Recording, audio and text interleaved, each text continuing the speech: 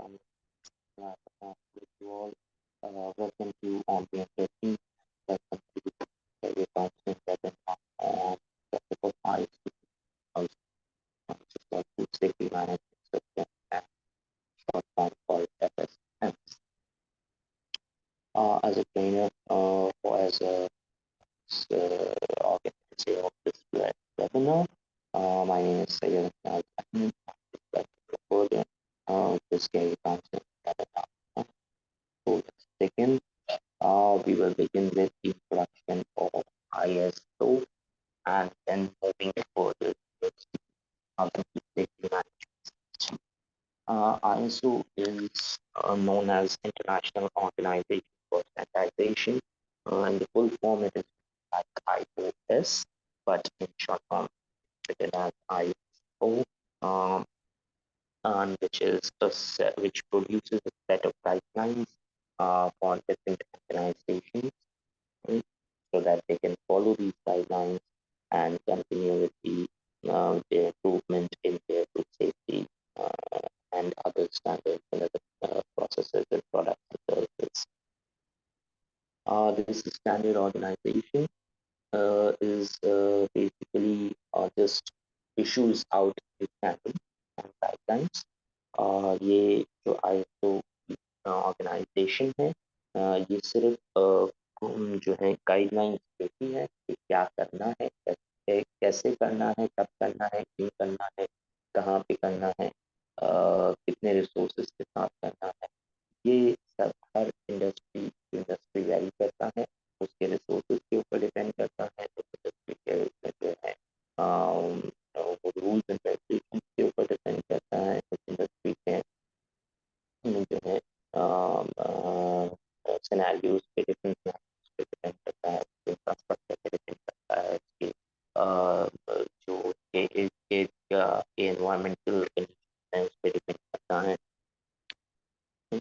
तो आईएसओ की जो स्टैंड ऑर्गेनाइजेशन है, ये ना तो कोई अप्रूव करती है किसी को, ना ही कोई सर्टिफिकेट करती है, ना ही कोई सर्टिफिकेशन बॉडी को कंट्रोल करती है। सर्टिफिकेशन बॉडी है, जैसे एसडीएस का नाम सुना होगा, जैसे विकास का नाम सुना होगा, जैसे मोदी का नाम सुना होगा। ये कोई सर्टिफिकेशन बॉडीज हैं जो ऑडिट करती है, ट्रेनिंग देती हैं, इंस्पेक्शन करती हैं, सर्टिफिकेट इशू करती हैं based on compliance के ऊपर।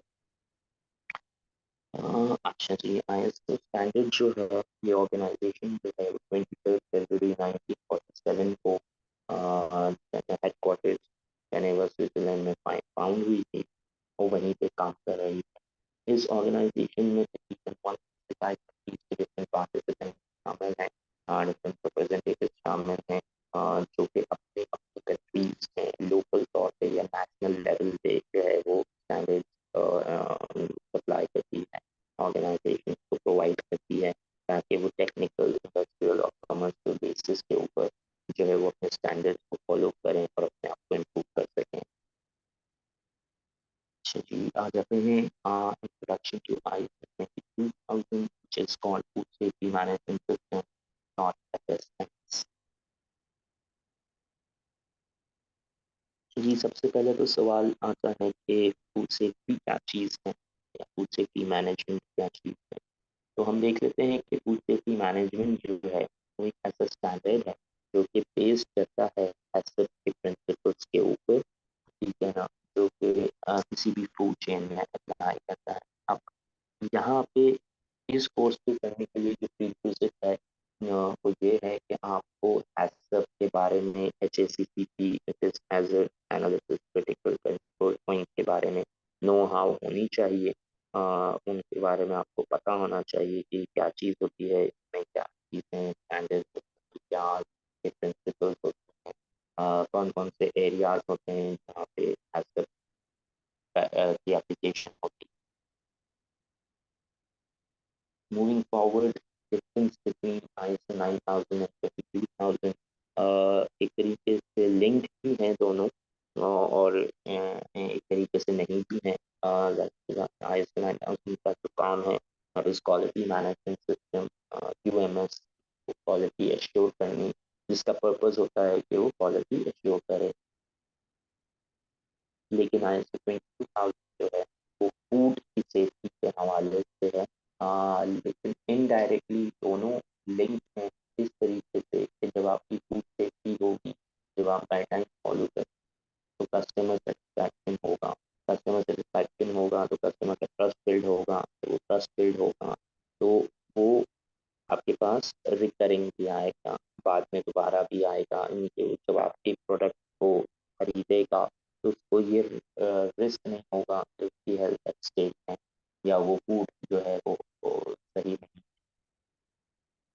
तो जब कस्टमर कोई चीज़ देखता है तो वो चीज़ में क्वालिटी देखता है, एंड अगेन क्वालिटी तभी आती है, फूड सेफ्टी भी तभी जब आपकी गाइडलाइन है वो प्रॉपर तरीके से फॉलो करें, हाइजीन का ख्याल रखते हैं और दूसरी जो प्रैक्टिसेस हैं वो फॉलो करें, तब जाके आपकी प्रोडक्ट सेफ होगी, कस्टमर का ट्रस्ट बिल्ड होगा क्योंकि उसको उस क्वालिटी मिलेगी जो वो चाहता है।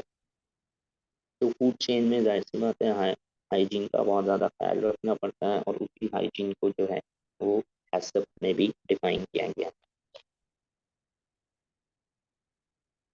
तो जी हम आ जाते हैं कि स्कोप ऑफ ISO 22000 का जो एप्लीकेशन है या जो स्टैंडर्ड है वो कहाँ कहाँ अप्लाई हो सकता है। तो इसमें दो तरीके की चीज़ें होती हैं और दो तरीके की ऑर्गेनाइजेशन होती हैं जहाँ पे ये डायरेक्टली या इनडायरेक्टली इन्वॉल्व होता है। देख लेते हैं डायरेक्टली इन्वॉल्व ऑर्गेनाइजेशन कौन सी हैं। डायरेक्टली इन्वॉल्व ऑर्गेनाइजेशन में आ जाते हैं केटरिंग सर्विसेज, आ जाते हैं कंज्यूमर, आ जाते हैं आपके डायरेक्ट कंज्यूमर, क्रॉप प्रोड्यूसर्स आ जाते हैं, डिस्ट्रीब्यूटर सर्विसेज हो जाती हैं, फीड प्रोड्यूसर्स हो जाते हैं, primary food producers, retailers, secondary food producers, wholesalers, transportation services, storage services. ये वो ऑर्गेनाइजेशन हैं जहाँ पे डायरेक्टली अप्लाई होता है, क्योंकि ये वो लोग होते हैं या ये वो सेक्टर्स होते हैं या वो सर्विसेज होती हैं या ये वो प्रोडक्ट होती हैं जो डायरेक्टली इनसे लोग इन्वॉल्व होते हैं, इनको टच करते हैं। तो जो है पैकेजिंग वगैरह, स्टोरेज वगैरह की, ट्रांसपोर्टेशन वगैरह में डायरेक्टली डायरेक्ट इन्वॉल्वमेंट होती है। इनडायरेक्टली इन्वॉल्व ऑर्गेनाइजेशन में जो हैं वो आ जाते हैं आपके इक्विपमेंट्स के सप्लायर्स, फिर उन सप्लायर्स जो वो सप्लायर्स जो इक्विपमेंट सप्लाई करते हैं, वो सप्लायर्स जो cleaning and sanitising agent chemical supply करते हैं, वो सप्लायर्स जो पैकेजिंग मटेरियल प्रोवाइड करते हैं, और वो सप्लायर्स जो अदर फूड कॉन्टैक्ट मटेरियल में इनडायरेक्टली इन्वॉल्व होते हैं, जैसे कि ट्रांसपोर्टेशन मटेरियल वगैरह या इस जो व्हीकल्स होती है उन व्हीकल्स की जो इंस्पेक्शन वगैरह करते हैं वो लोग। This was all about the ISO 22000, and there are the numbers of OMNI Academy displayed, so you can contact OMNI Academy, OMNI को इन नंबर्स पे कॉन्टैक्ट किए कर सकते हैं ताकि आपको मजीद जो भी मालूमात है ISO 22000 के हवाले से या हैसप के हवाले से तो वो आपसे कवर कर सकते हैं, आपकी कोई क्वेरी पूछ सकते हैं, and then they will get back to you. Thank you for joining this webinar.